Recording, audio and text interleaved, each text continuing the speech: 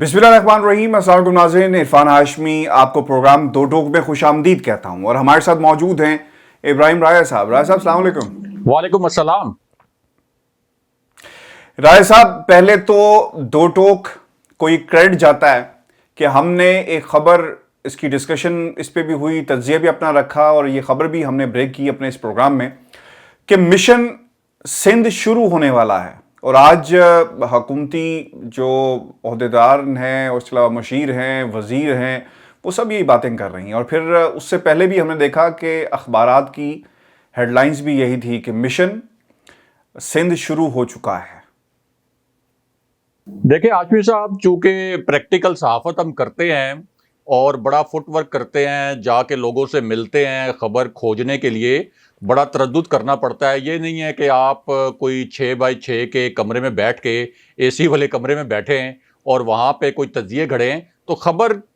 کسی کی تلاش کے لیے، خبر جاننے کے لیے آپ کو محنت کرنی پڑتی ہے۔ اس خبر پہ ہم نے بہت ورک کیا تھا، اور پھر بعد میں ہم نے دیکھا کہ جب ہم نے پہلی دفعہ یہ پروگرام کیا تھا تو اس وقت بہت سے جو لوگ ہیں وہ یہ کہہ رہے تھے کہ یہ مشن سندھ نام کی کوئی چیز ایگزسٹ نہیں کرتی، لیکن 2 دن کے بعد جتنے پاکستان کے پرومیننٹ نیوز پیپرز ہیں ان کی لیڈ، سپر لیڈ تھی، بینرز لگے انگلش نیوز پیپرز میں۔ اب خود جو ہے پیپلز پارٹی کی حکومت اس بات کو مان رہی ہے کہ تحریک انصاف نے اس قسم کا پلان بنایا ہے، اور اب حکومتی وزراء بھی یہ جو ہم نے پلیٹ فارم سے لفظ استعمال کیا تھا مشن سندھ، اب خود وہ بھی مشن سندھ کے ہی الفاظ استعمال کر رہے ہیں۔ شیخ رشید نے بھی الفاظ استعمال کیے ہیں اور شہباز گل نے بھی یہ الفاظ استعمال کیے ہیں۔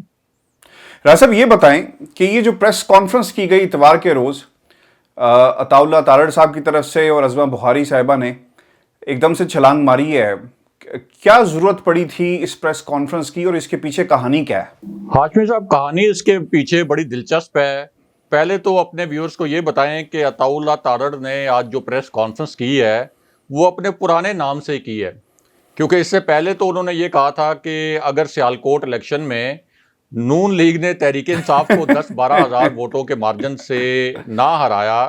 تو پھر میرا نام جو ہے وہ بالکل آپ کا استحقاق ہوگا کہ آپ بدل لیں۔ یعنی تحریک انصاف والوں کو انہوں نے کہا تھا کہ آپ جو بھی نام میرا رکھنا چاہیں آپ بدل دیجیے گا۔ اب انہوں نے تو نہیں بدلا، اور خود عطا اللہ تارڑ نے بھی نہیں بدلا، تو اسی نام سے انہوں نے یہ پریس کانفرنس کی۔ عظمہ بخاری بھی ان کے ساتھ موجود تھیں، اور اس پریس کانفرنس کا بیک گراؤنڈ ہاشمی صاحب بڑا دلچسپ ہے۔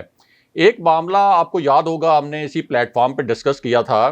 کہ شہباز شریف کے خلاف جو کیسز ہیں ان کا منطقی انجام تک نہ پہنچنا، یہ حکومتی حلقوں کے لیے اور وزیراعظم آفس کے جو حلقے ہیں ان کے لیے خاصا باعث تشویش تھا۔ خاص طور پر ایک جو بریفنگ دی گئی تھی وزیراعظم آفس میں، اس میں جس قسم کے اس کیس کے متعلق شواہد بتائے گئے تھے، اس پر پھر وزیراعظم آفس کے بڑے تحفظات تھے کہ اتنے سنگین کرپشن کے الزامات، اتنے سالڈ ایویڈنسز، اتنے زبردست شواہد کے باوجود شہباز شریف کو ریلیف کیسے ملا۔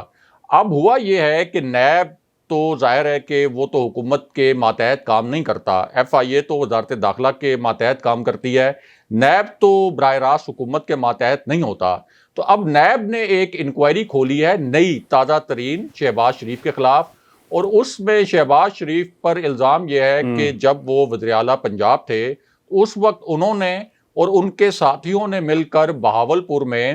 کوئی 14,400 کنال سے زائد زمین ہے جس کی غیر قانونی منتقلی کا الزام ہے شہباز شریف پر۔ اب ہونا یہ چاہیے تھا کہ جس قسم کے سوالات نیب نے پوچھے ہیں، ظاہر ہے کہ یہ انکوائری کھولی گئی ہے، تو جس قسم کے سوالات نیب نے پوچھے ہیں شہباز شریف ان کے جوابات دیتے اپنے وکیل کے ذریعے، اور عدالتوں میں یہ کیس لڑتے۔ لیکن عدالتوں میں کیس لڑنے کے بجائے مسلم لیگ نون نے یہ آپشن اب لیا ہے، اور یہ آپشن اختیار کیا ہے کہ اس پریس کانفرنس میں جو الفاظ استعمال کیے گئے کہ اب ہم شہباز شریف کو گرفتار نہیں ہونے دیں گے، یعنی ہم نہ ہی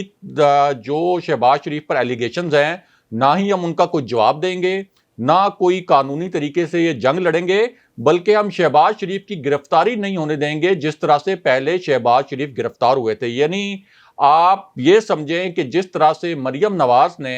نیب کو دھمکایا تھا اور یہ لفظ استعمال کیے تھے کہ اب میں کوئی ترنوالا ثابت نہیں ہوں گی. اور اس کے بعد انہوں نے یہ فیصلہ کیا کہ جب نیب نے انہیں بلایا کہ میں پیشی پر بہت سے کارکنوں کے ساتھ جاؤں گی، اس وقت پی ڈی ایم کے جو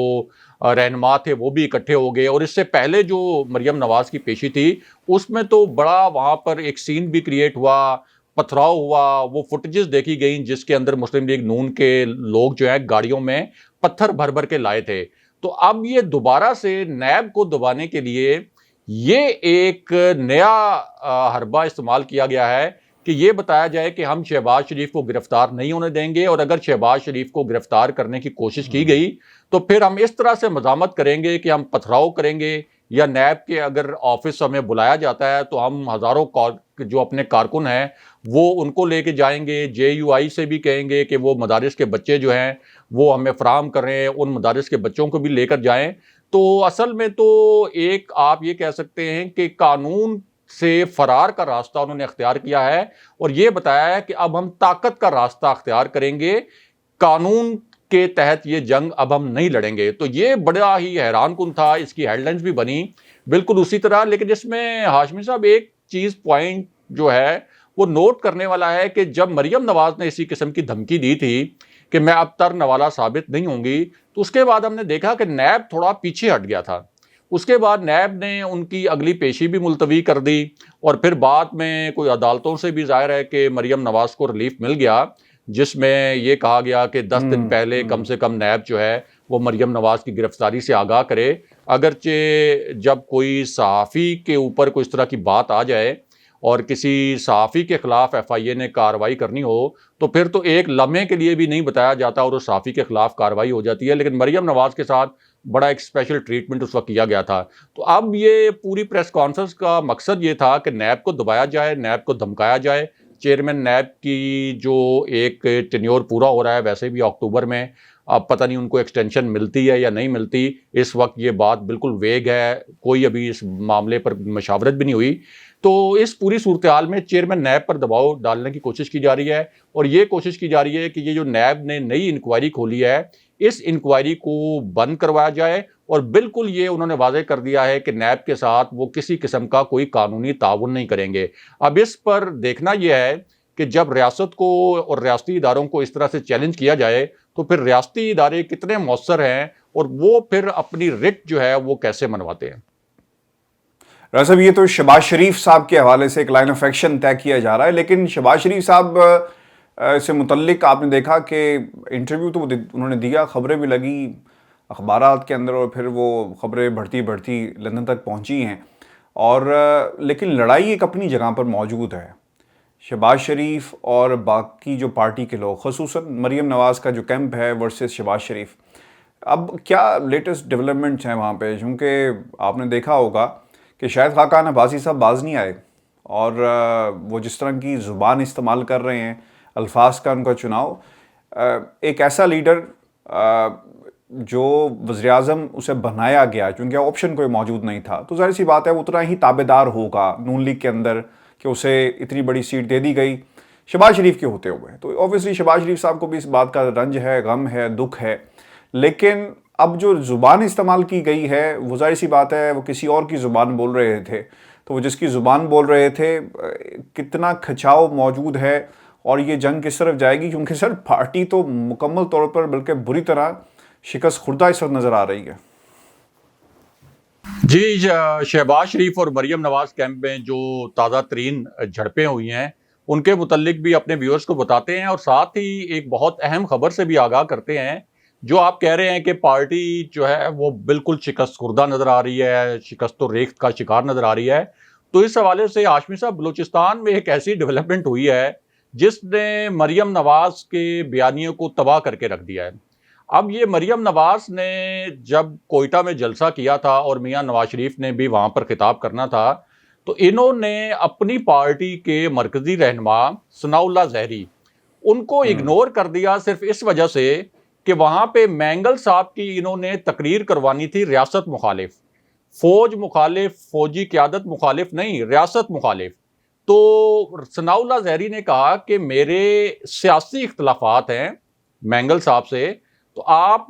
یہ کیسے ہو سکتا ہے کہ آپ مینگل کو تو بلا رہی ہیں لیکن مجھے آپ کہہ رہے ہیں کہ میں اس جلسے میں نہ ہوں اور مجھے سٹیج کے اوپر بیٹھنے کی اجازت نہیں دی جا رہی. تو اس وقت انہوں نے کہا کہ نہیں، مینگل کی جو شرکت ہے وہ بہت ضروری ہے، لیکن آپ جو ہیں وہ بالکل سٹیج پہ نہ آئیں. اور یہاں تک کہ جب ثناء اللہ زہری نے کہا کہ میں جلسے میں بھی پھر نہیں آؤں گا، کہ انہوں نے کہا کہ یہ تو اور اچھا ہے، آپ ریسٹ کریں اور اس جلسے میں بھی نہ آئیں. تو اس کے بعد ہوا یہ کہ ثناء اللہ زہری نے ظاہر ہے اس بات کو بڑا مائنڈ کیا. بعد میں تو انہوں نے یہ اس طرح کا ایک نیریٹو بنانے کی کوشش کی کہ ثناء اللہ زہری جو ہے وہ میاں نواز شریف کے بیانیے کا بوجھ نہیں اٹھا سکے، اور وہ کوئی جس طرح کا ایک نام نہاد ووٹ کی عزت دو کا بیانیہ ہے اس کے ساتھ نہیں چل سکے، وہ دباؤ برداشت نہیں کر سکے. اس وجہ سے انہوں نے نون لیگ سے اپنی راہیں جدا کی. لیکن آپ بلوچستان کے جو صحافی ہیں، جو کوئٹہ کے صحافی ہیں، ان سے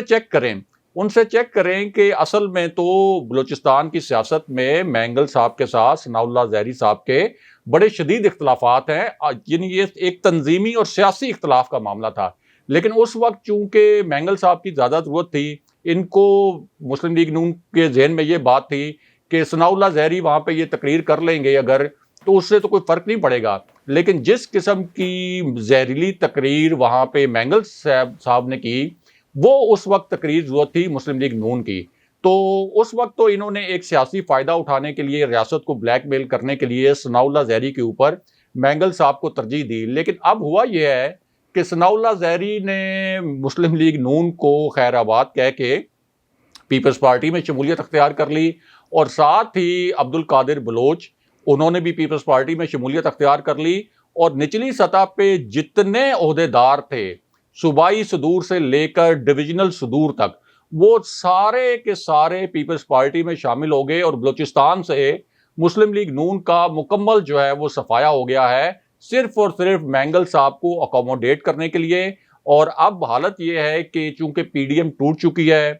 مسلم لیگ نون، پیپلز پارٹی الگ الگ ہیں، اے این پی بھی اس وقت پیپلز پارٹی کے ساتھ کھڑی ہے، مینگل صاحب بالکل اس وقت غیر فعال ہو چکے ہیں، انہیں بھی نظر آ چکا ہے کہ پی ڈی ایم کا کوئی مستقبل نہیں ہے. تو جن کے لیے ثناء اللہ زہری کو ناراض کیا تھا، نیچے پوری جو تنظیم تھی صوبائی اس کو ناراض کیا تھا، وہ بھی ایک الگ ہو کر بیٹھے ہوئے ہیں، اور اب پوری پارٹی بھی ان کے ہاتھ سے نکل گئی ہے. تو یہ اس وقت مسلم لیگ نون کا حال چل رہا ہے پاکستان کے اندر. دوسری جانب جو آپ نے بات کی شاہد خاقان عباسی کی، اور مریم نواز نے جس طرح سے ان کو استعمال کیا شہباز شریف کے خلاف، تو رانا تنویر نے وہ شو کا نوٹس ابھی تک رکوا لیا ہے، دھونس کے ذریعے، دھمکی کے ذریعے، دباؤ کے ذریعے، کہ اگر کوئی نوٹس جاری کیا گیا تو ظاہر ہے شہباز شریف ان کی پشت پر کھڑے ہیں، تو پھر ایک نیا پینڈوراز باکس کھلے گا. اور یہاں تک کہ شاہد خاقان عباسی سابق وزیر اعظم بھی رہے ہیں، لیکن جب ان سے پوچھا گیا کہ رانا تنویر نے آپ کے خلاف اتنے سخت الفاظ استعمال کیے اور یہاں تک کہہ دیا کہ آپ کو تو ٹی وی پروگرامز میں بولنا نہیں آتا، اور خبردار شہباز شریف کے خلاف آپ نے کوئی بات کی تو آپ اس پر کیا کہیں گے، تو شاہد خاقان عباسی صاحب نے اس معاملے پر اب سرنڈر کر دیا. انہوں نے کہا ہاں جی، رانا تنویر بڑے سینئر رہنما ہیں، تو جو وہ مشورہ مجھے دیں گے میں مانوں گا بالکل ایز اٹ از، اور میں نے ان کی بات تسلیم کر لی ہے. یعنی شاہد خاقان عباسی کو بھی پتہ چل گیا ہے کہ شہباز شریف کا کیمپ جو ہے پارٹی پر کنٹرول کے حوالے سے اب چپ نہیں بیٹھے گا. اس وجہ سے شاہد خاقان عباسی اب تھوڑا سا پیچھے ہٹ گئے ہیں، اور پارٹی پر کنٹرول کرنے کی جو جنگ ہے مسلم لیگ نون کے اندر وہ زیادہ شدت اختیار کر گئی ہے. جی راج صاحب، یہ بالکل ٹھیک آپ کہہ رہے ہیں کہ یہ شدت اختیار کر گئی ہے کہ پارٹی کو کنٹرول کرے گا. اور دوسری طرف یہ بھی امپورٹنٹ چیز ہے، ہمیں نہیں بھولنا چاہیے کہ لندن کے اندر جو نواز شریف کا جو ایپیسوڈ ہوا ہے، اس نے پارٹی بیانیے کو اور خصوصاً اس کیمپ کے بیانیے کو مزید کمزور کر دیا ہے، اور اب ان کے پاس آپشن جو ہے وہ بہت ہی کم ہمیں نظر آ رہے ہیں.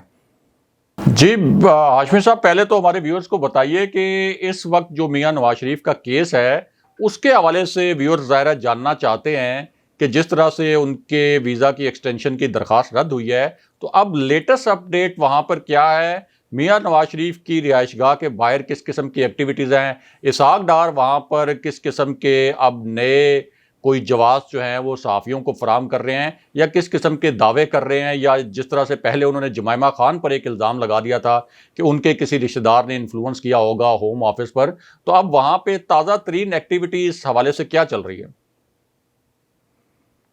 راج صاحب، یہ نواز شریف کا جو ایپیسوڈ ہوا ہے یہ بہت ہی سیریس نوعیت کا ہے. نون لیگ کی یہ بڑی کوشش تھی کہ کسی طرح یہ خبر میڈیا میں نہ آئے, چھپا لیا جائے, روک لیا جائے. لیکن خبر نکالنے والوں نے خبر نکال لی. خبر فیصل واڈا کے ذریعے جو ہے وہ باہر آئی انیشلی, اور پھر اس کے بعد اس کی تصدیق جو ہے وہ حسین نواز نے خود کی. تو یہ بڑا غم ہے, رنج ہے, اور لوگ پریشان بیٹھے ہوئے ہیں مسلم لیگ نون کے کیمپ کے اندر کہ کس طرح یہ خبر باہر آئی ہے اور تلاش کیا جائے. اب وہ لیفٹ رائٹ لوگوں پر الزام لگا رہے ہیں کہ جناب یہ فلاں بندے نے خبر دی اور فلاں کو پتہ تھا اور یہ کس نے کیا ہوا. لیکن ہمیں یہ یاد رکھنا چاہیے کہ کیس جو ہے بہت ہی امپورٹنٹ ہے, اور اس کے اوپر تو یہاں پر لوگ جو انڈیپینڈنٹلی کرٹیسزم کرتے ہیں, جن کا کسی سیاسی جماعت سے تعلق نہیں ہے, وہ ایگزامپلز دیتے ہیں. جو امیگریشن ایکٹ ہے 71 کا, اس کی ایگزامپل دے رہے ہیں. وہاں پہ کوئی ایسی نظیر موجود نہیں ہے, قانون موجود نہیں ہے. جو شخص سزا یافتہ ہوتا ہے اسے برطانیہ آنے کی اجازت رائے صاحب بالکل بھی نہیں ہے. مائک ٹیکسن کی ایگزامپل ہے. اس کے علاوہ وہ یہ بھی کہتے ہیں کہ جس ملک کے اندر براک اوباما کے بھائی کو آنے کی اجازت نہیں ہوئی, قومی ہیروز کو متعدد دفعہ ایسا ہے روک لیا گیا, تو نواز شریف کس طرح یہاں پر آ گئے. اور پھر نواز شریف کے حوالے سے پھر وہ جب یہ بات ہوتی ہے تو لوگ کہتے ہیں کہ شاید یہ کوئی ڈیپ اسٹیٹ ہے, انٹرنیشنل اسٹیبلشمنٹ ہے, برطانیہ خود نہیں چاہتا. اور پھر جو دوسرے بورس جانسن کو کافی تنقید کا نشانہ جو ہے اس حوالے سے بنایا جا رہا ہے. لندن کے اندر حسن نواز کا دفتر جو ہے ہمیشہ کی طرح ایکٹیویٹیز کا مرکز بنا ہوا ہے. اور میں اگر یہ کہوں کہ اب ایک نئے انداز میں اسحاق ڈار صاحب باہر آئے ہیں, اور انہوں نے متعدد دفعہ جو انٹریکشن ہوئی ہے صحافیوں کے ساتھ, اور یہ سوالات ان کے سامنے بھی رکھے گئے ہیں کہ یہ خبر کہاں سے نکلی, کیا طریقہ کار ہوگا, کس طرح سے آگے پرسو کیا جائے گا. تو کافی نالا نظر آتے ہیں, کافی غم و غصے کا اظہار بھی کر رہے ہیں, اور بلا وجہ تنقید جس کا کوئی جواز نہیں بنتا, وہ اب جو انہوں نے لفظ استعمال کیا تھا کہ ازدواجی تعلق ہے, اس سے زیادہ میں اور کیا کہہ سکتا ہوں کہ یہ خبر کہاں سے باہر نکلی, ڈیفینڈ کرتے ہوئے نظر ضرور آ رہے ہیں. لیکن یہ جو بیانیہ ہے یہ کمزور ہوا ہے. اور دوسری بات, نواز شریف صاحب کا کیس جو ہے اس سے متعلق اگر میں یہ کہوں کہ اس پہ بھی فرق پڑا ہے, کیونکہ اب انہیں میڈیکل کے حوالے سے اپنی رپورٹس مزید جمع کروانی ہوں گی. اور میری کچھ لوگوں سے یہاں پر بات ہوئی جو امیگریشن ایکسپرٹ ہیں, وہ یہ بتاتے ہیں کہ جب آپ کو ہوم آفس اپیل کا رائٹ دیتا ہے تو اس کا مطلب یہ ہوا کہ there are some change of circumstances, کچھ حالات ایسے ہیں جو بدلے ہیں جس کی بنیاد کے اوپر یہ اپیل کا حق دیا گیا ہے. یہ بہت ہی ٹیکنیکل نوعیت کی انفارمیشن ہے, لیکن اس سے یہ ضرور اندازہ لگایا جا سکتا ہے اکارڈنگ ٹو ایکسپرٹس کہ کچھ نہ کچھ چینج آف سرکمسٹانسز ہوئے ہیں. اور اب جو ہمیں نظر آتا ہے وہ چینج آف سرکمسٹانسز یہی ہو سکتے ہیں کہ برطانیہ میں ان کا علاج ہو رہا ہے اور وہ چاہتے ہیں کہ اس کو یہاں پہ روکا جا سکے, اور اب اس کے اوپر مزید ڈاکومنٹس ہوں گے جو سبمٹ انہوں نے کروانے ہیں, یا مزید ڈاکومنٹس کے اوپر وہ جائیں گے. اور مائٹ بھی یہ بھی پاسبل ہے جس کی بنیاد کے اوپر اسے رد کیا گیا ہو, جس پہ امیگریشن آفیسر نے کہہ دیا ہو کہ آئی ایم ناٹ سیٹسفائیڈ, اور اس کی اب سیٹسفیکشن جو ہے وہ اپیل کی صورت میں ان کے سامنے ہوگی. یاد رکھیں کہ جب بھی, یہ میں نہیں بلکہ امیگریشن ایکسپرٹ کہہ رہے ہیں کہ جب بھی اپیل کا رائٹ دیا جاتا ہے اور واپس کیا جاتا ہے تو چینج آف سرکمسٹانسز ہوتے ہیں, حالات بدل جاتے ہیں. اور آپ پچھلے 2 سال کا جو ٹائم لائن ہے, ریکارڈ ہے, وہ اٹھا کر دیکھ لیں. نواز شریف کے حالات جو ہیں بیماری کے حوالے سے کیسے بدلے ہیں, اس پر بہت بڑا جو ہے وہ سوالیہ نشان جو ہے وہ لگا دیا گیا ہے. میرا خیال ہے رائے صاحب, ہمارے آج کے پروگرام میں ہمارے جو ایشوز تھے ہم نے ان تمام کو کور کر لیا. ایک چیز جو ہے وہ ہم سمجھنا بھی چاہتے ہیں اور اپنے ویورز کو سمجھانا بھی چاہتے ہیں کہ یہ جو اپیل کا حق ہے اس کو مسلم لیگ نون اس طریقے سے استعمال کر رہی ہے کہ یہ اگر اپیل کا حق دے دیا گیا ہے تو اس کا مطلب یہ ہے کہ نواز شریف کا جو کیس ہے وہ بڑا سٹرونگ ہے. یہ اپیل کا حق تو جو میری انڈرسٹینڈنگ ہے, اپیل کا حق تو آپ کو ملتا ہے جیسے آپ کا ایون ویزا بھی جب ریجیکٹ ہو جائے تو تب بھی آپ اپیل کرتے ہیں, آپ کو ایک اپیل کا حق ہوتا ہے. یہاں پہ پاکستان میں بھی اگر آپ یو ایس ایمبیسی جائیں, وہاں پہ اگر آپ ویزا اپلائی کریں اور کسی کا ویزا ریجیکٹ ہو جائے تو اس کے پاس ایک حق ہوتا ہے کہ وہ اپیل کرے. تو یہ اپیل کے حق کو جس طرح سے یہ کہہ رہے ہیں کہ کوئی بہت بڑا ایک اس سے یہ لگتا ہے یا یہ بہت بڑا ایسے شواہد ہیں کہ جس سے کہ میاں نواز شریف کا کیس آؤٹ رائٹلی ریجیکٹ نہیں ہوا اور ان کو بہت بڑا فیور دیا گیا ہے, یا یہ کہ ان کا کیس بڑا سٹرونگ ہے, یہ میری انڈرسٹینڈنگ ہے کہ یہ اس طرح سے نہیں ہے. اپیل کا شاید حق جو ہے وہ جب بھی کوئی ڈیسیژن ہوتے ہوں گے تو اپیل کا حق دیا جاتا ہوگا کہ ایک مرتبہ آپ اپیل کر سکتے ہیں.